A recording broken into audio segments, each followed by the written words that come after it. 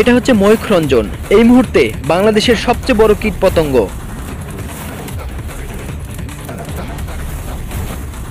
আমি তাকে ছিঁড়বো, আমি তাকে ছিঁড়ে টুকরো টুকরো করে ফেলবো।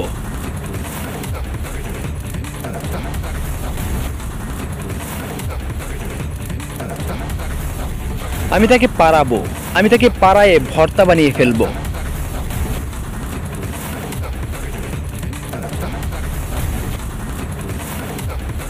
আমি তাকে পোড়াবো, আমি তাকে পুড়িয়ে ছাই করে ফেলবো।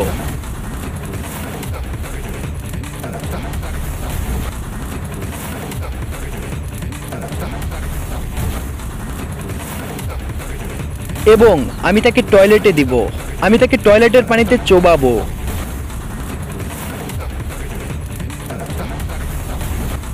আমি তার উপর পেশাব করে দিব।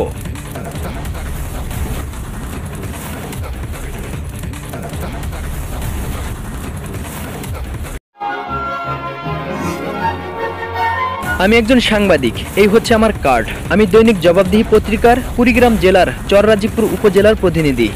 আজকে আমি কোনো কথা বলবো না, আজকে আমি রেগে চুপ হয়ে থাকবো, তবে মিনমিন মিনমিন করে কিছু একটা বলবো। বাংলাদেশ থাকবে না, ময়ূখরঞ্জন থাকবে না, বাংলাদেশ থাকবে না, ময়ূখরঞ্জন থাকবে না, বাংলাদেশ থাকবে না, ময়ূখরঞ্জন থাকবে না, বাংলাদেশ থাকবে না, থাকবে না বাংলাদেশ। এই মুহূর্তে যে ব্রেকিং নিউজ আপনাদের দেখাবো তা দেখে আপনারা শক খেয়ে যেতে পারেন। এই মুহূর্তে বড় ব্রেকিং নিউজ অপেক্ষা করছে রিপাবলিক বাংলা। বাংলাদেশে যাদের মলম বিক্রেতা হিসেবে চিনে থাকে তাদের প্রতিটি অনুষ্ঠানের শুরুতে কি লেখা থাকে জানেন? জানাবো। ব্রেকিং নিউজ দেখাবো। তারা ডিসক্লাইমারে দেখিয়ে দেয় এই অনুষ্ঠানে বক্তাদের মতামত নিজস্ব, তাদের বক্তব্য বা মতামতের জন্য চ্যানেল কর্তৃপক্ষ কোনোভাবেই দায়ী নয়।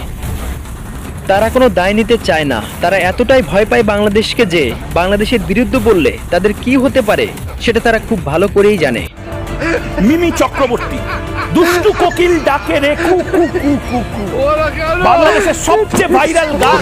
যারা সাংবাদিক পেশাটা কি জানে না, যারা সাংবাদিকতা কি করে করতে হয় সেটা জানে না, তাদের নামের পাশে সাংবাদিক পদবি কোনোভাবেই মানায় না।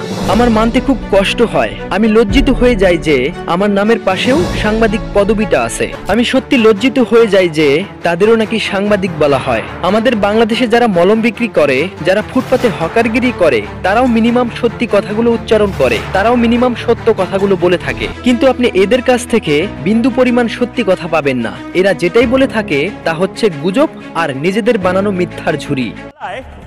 এক মুঠো ভাত, এক মুঠো ভাত 20 গ্রাম ভাত হবে, 20 গ্রাম চালের ভাত, ভাত আছে। এই যে পরিষ্কার কাউ। এদেরকে সাংবাদিক বলা হলে সাংবাদিক সমাজটাকে শুধু অপমান নয়, চরমভাবে অপমান করা হবে। এরা যদি সাংবাদিক না হয়ে হকার হয়ে যায় তবু এরা দিনরাত পাবলিকের কাছে লাথি উষ্টা খাবে, কারণ এরা কখনোই সত্যি কথা বলে না। এরা যদি ভুল করে একবার আমাদের বাংলাদেশে প্রবেশ করে তাহলে কে কি করবে জানি না, তবে আমি শেখাতাম কি করে সাংবাদিকতা উপস্থাপন করতে হয়। কুকুরের মতো পেটাতে পেটাতে শেখাতাম সাংবাদিকরা কোনো মলম বিক্রেতা না, তারা সমাজের সুশীল। জনগণ তাদেরকে একটা সম্মানের জায়গায় রাখে। তাই ভারতীয় মিডিয়াদের বলবো, তোরা বাংলাদেশের পক্ষে না বলিস, অন্তত সত্যি কথাগুলো বলিস, নিজেদের মতো করে গুজব রটাইস না।